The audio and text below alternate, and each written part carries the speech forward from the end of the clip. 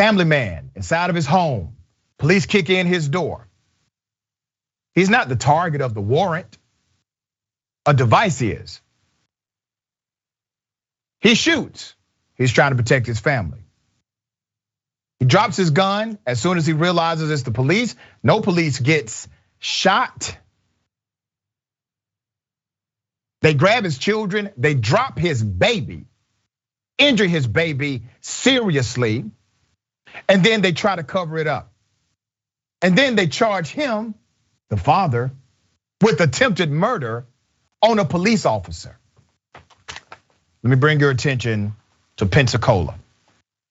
Let's put up a picture of this family. The Pensacola Police Department says it has launched an internal affairs investigation after parents say a child was hurt while in police custody following last week's police-involved shooting. This guy was not a target of the warrant. He's a youth mentor, has no criminal record, all right? The father that you see in this picture, his name is Corey Marino Jr. He was asleep at his home with his 2 kids, 1 and 3, when the police bust in at about 5 a.m. after only knocking and announcing for 10 seconds. After being awakened by the forced entry, the dad fires 1 shot at the door because he thinks it's an intruder. Naturally, the bullet hits the police shield. Then he realizes it's the cops, and what does he do? He puts down his gun. He apologizes, he gets down, all right?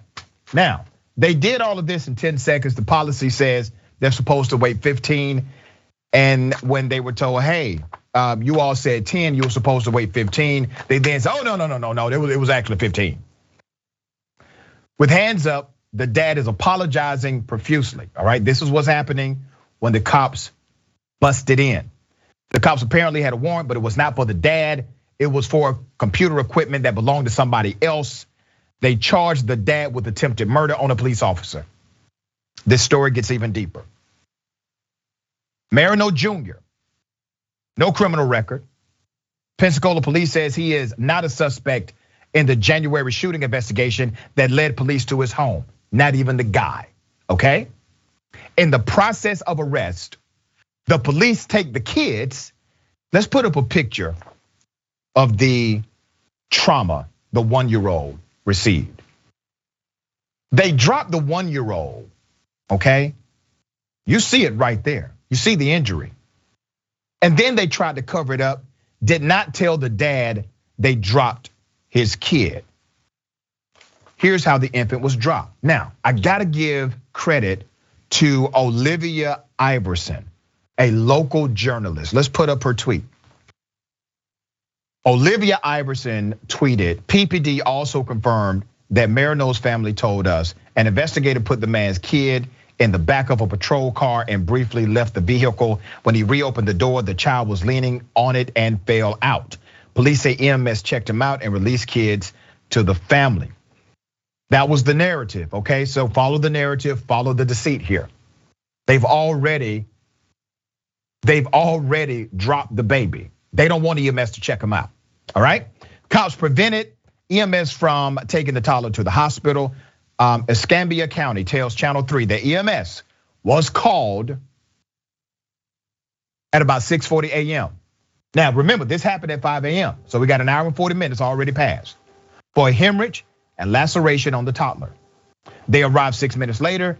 The county could not specify what EMS saw and said, but it claims the call was canceled 20 minutes later. The child's mother, Miss Dixon, was called to the scene and said, and I quote, "I get out my car like, where's my baby? Where's my baby?" Miss Dixon said.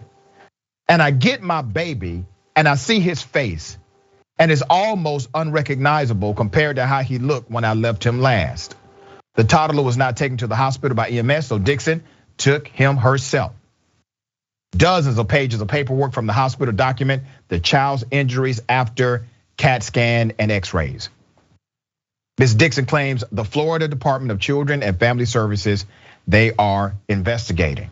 The reporter, Olivia Iverson, tweeted online what happened when she tried to interview the chief of police. She said, "I was scheduled to interview Chief Eric Randall on Friday.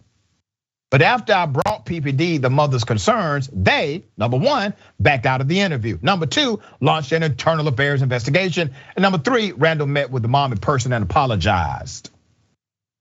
She also tweeted about the fallout for the father. Let's put this up.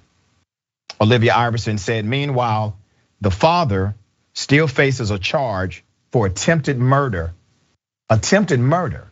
That means you must have malice intent, intentional intent to harm. None of that happened here. He is still facing a charge for attempted murder of a law enforcement officer and has already lost his job over all of this. None of them know why police want information from them for an investigation.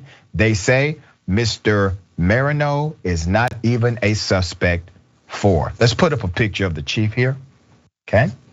All right, they playing hide the pickle with the officers, so we have a game too. We put up the picture of the head guy in charge. That's your chief, Eric Randall. Eric, the hell is wrong with you? You need to get your life together, chief. Your department is dirty. They ran into the house of a good man. And let me make an appeal to this chief.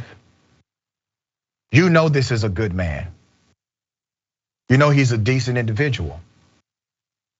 You know your officers have charged him with something he did not do. He did not attempt to kill or murder anybody. Murder means malice intent. You know that. My dear sister, Ms. Tucker, you are a future attorney. You know exactly what it means to be charged with murder because we studied this in law school. There is no murder qualifier here whatsoever based on the statutory language and the elements needed for the crime.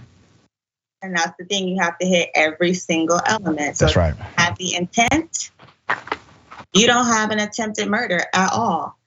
And especially if they didn't follow protocol and they came in at 10 seconds instead of 15, you're really gonna lose that case. So they need to go ahead and let that one go. What they're trying to do is stall out because they know they're going to get a lawsuit. If I were Ms. Dixon, I would absolutely be all over the police department right now with suing them for everything they have done. But for that man to lose his job and that's an emotional trauma as well. You bust up in my house and I didn't know who it was. But it's Florida, first of all, so we should have known it was gonna be someone. We heard it was Florida. Let's start there. Yep. But aren't they the ones who protect my ground or protect my castle, all of that? So why do you get to bust up in my house and I can't protect my family? Yeah, you see, and that's the application of the law. You know, laws look equal when you just read them. It's the application of them where you see the extreme bias and the manipulation.